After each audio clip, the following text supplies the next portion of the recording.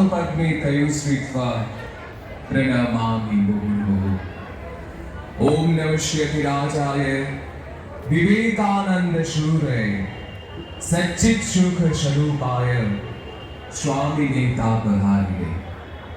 जय ठाकुर, जय मां, जय स्वामीजी। नमः हरिः ओम।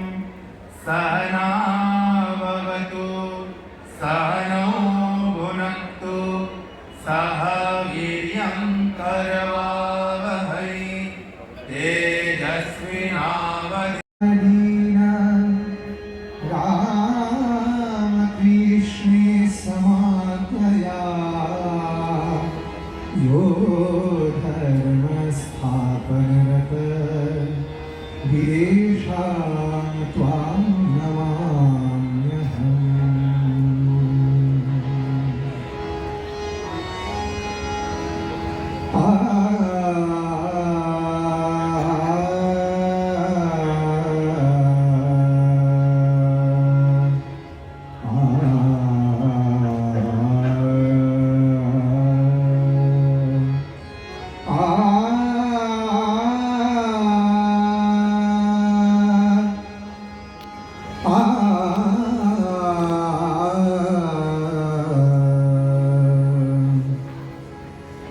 তুমি ব্রহ্ম রাম কৃষ্ণ, তুমি কৃষ্ণ, তুমি রাম, তুমি বিষ্ণু, তুমি বিষ্ণু প্রভু বিষ্ণু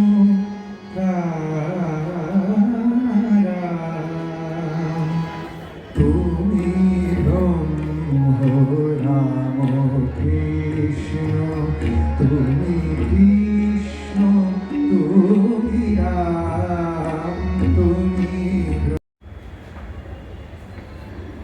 কাশীপুর উদ্যানবাটির পক্ষ থেকে উষ্ণতার অভ্যর্থন রইল মহারাজের।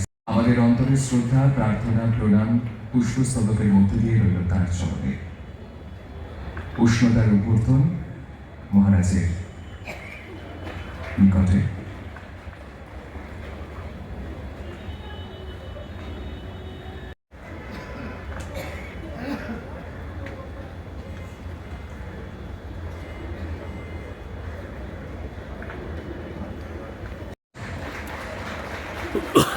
আবারও तप्तजीवनं कविविरीरितं कलमशापहं श्रवणमङ्गलं श्रीमदाततं। नमस्तु रामकृष्णाय तस्मै श्रीगुरवे नमः। भक्ति उपाय मास्टर বিনীতভাবে। ঈশ্বরে কি করে মন হয়? শ্রী রামকৃষ্ণ। ঈশ্বরের নাম রামকৃষ্ণ মিশন দিল্লির বিবেকানন্দ স্বাস্থ্য সেবা সংঘ প্রতিষ্ঠিত হয়েছিল তারই উদ্যোগে।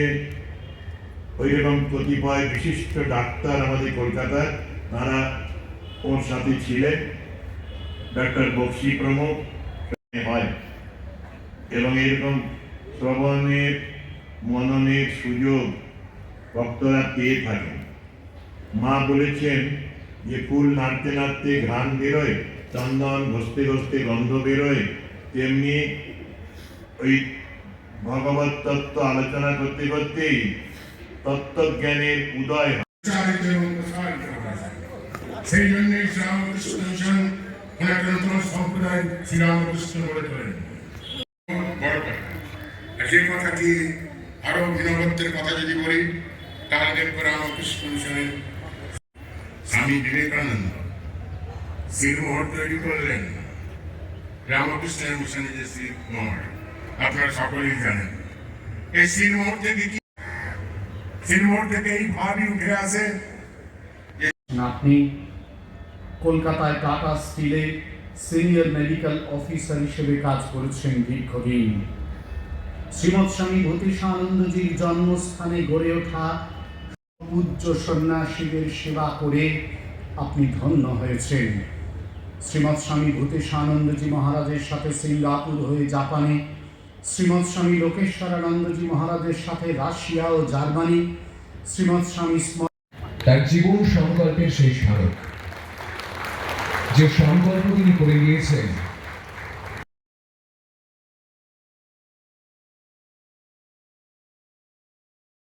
এই সম্মাননা পত্র দেওয়া হলো।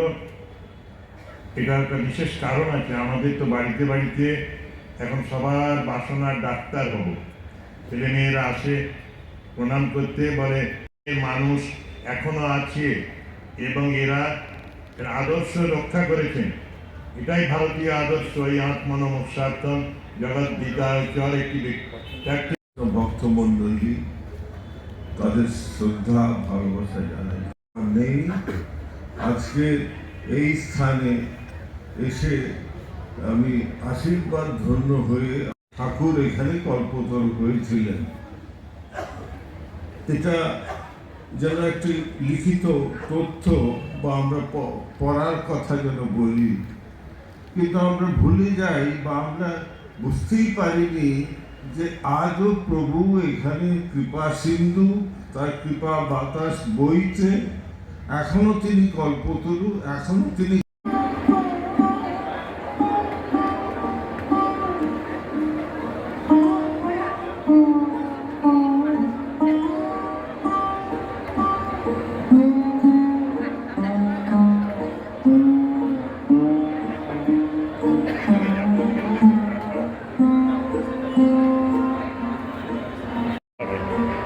আমি একটু আমার ওইদিকে যাবো। এই গোর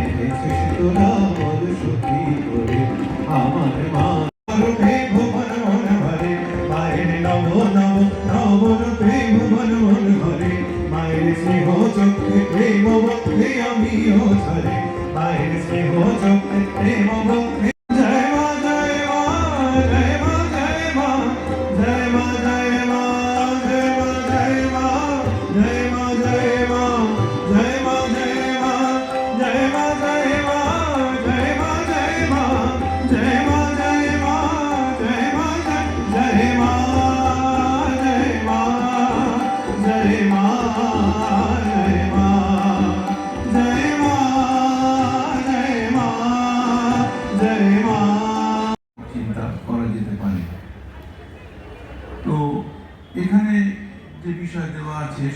মা শারদা, এখানে আমার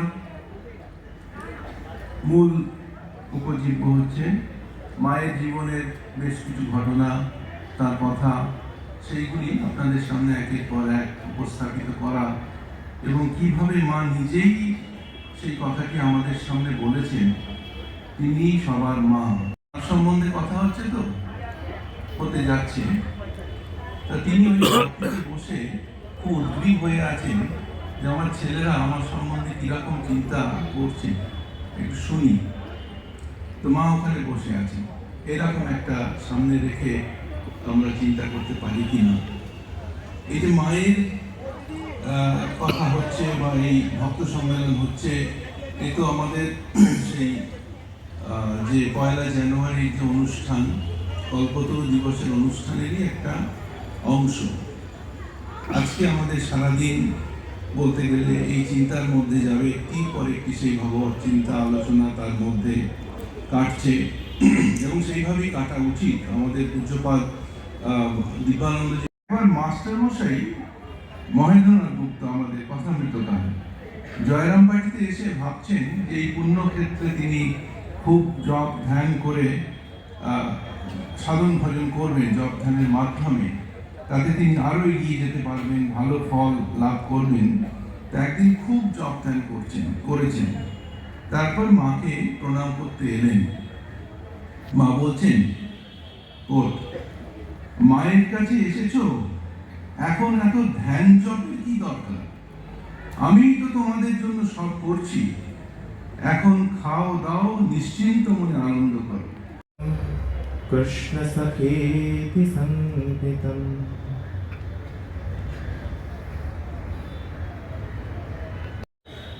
নেই বলেই পরবর্তীকালে অনেক সময় এই প্রশ্ন উঠেছে, আজও যে ওঠে না তা নয়, যে বিবেকানন্দ যা বললেন, যা করলেন, তার সবটাই কি রামকৃষ্ণের থেকে নেওয়া, শ্রীরামকৃষ্ণের থেকে নেওয়া, নাকি একটু আলাদা হয়ে গেল? সেই সময়ে এই প্রশ্ন উঠেছিল গুরু ভাইদের মধ্যেও, তোমার এসব বিদেশি ভাবে কাজ করা হচ্ছে, ঠাকুরের অন্যরকম দেখেছি কিনা? একটি জায়গায় শারদানন্দজি বলছেন, যারা শারদানন্দজির জীবনী পড়েছেন তারা সবাই জানেন, অতি পরিচিত ঘটনা এটি। শারদানন্দজি বলছেন একটি জায়গায়, তখন মাস্টারমশাই বলে বেড়াতেন যে ওরা মানে সন্ন্যাসীরা ঠাকুরের পথ ছেড়ে ভুল পথে চলছে, সেই জন্য আমার রাগ হয়েছিল। এই জীবনীটি লেখার সেটিও একটি কারণ ছিল বলে শারদানন্দজি মনে করছেন। মাস্টারমশাইদের অনেকেরই যে স্বামীজির এই চলা, যদি কোনো আমার সমস্ত কথা বা কাজকে যদি সংক্ষিপ্ত আকারে আনা যায়, স্বামীজি বলছেন তার জীবনের সমস্ত কথা ও কাজকে যদি সংক্ষিপ্ত আকারে বোঝাতে হয়, তাহলে বুঝতে এটাই তিনি বলতে চান যে প্রত্যেকের ভিতরে সেই দেবত্ব রয়েছে, সেটিকে জানা এবং সেটিকে বিকশিত করা।